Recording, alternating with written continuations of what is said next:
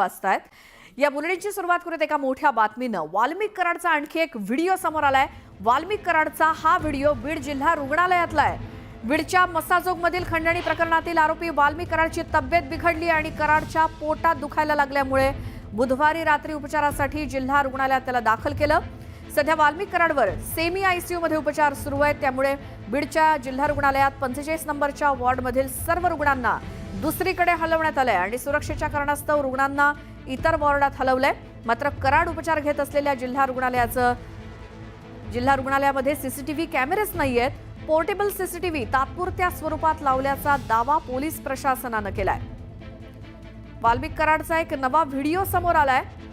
बीड जिल्हा रुग्णालयातला हा व्हिडिओ आहे। पोलीस बंदोबस्त आहे।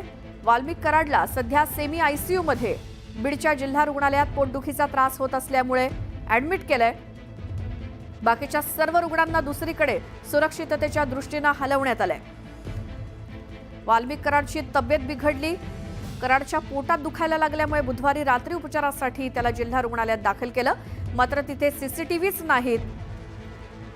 पोर्टेबल सीसीटीव्ही तात्पुरत्या स्वरूपात लावल्याचा दावा पोलीस प्रशासनाने केलाय।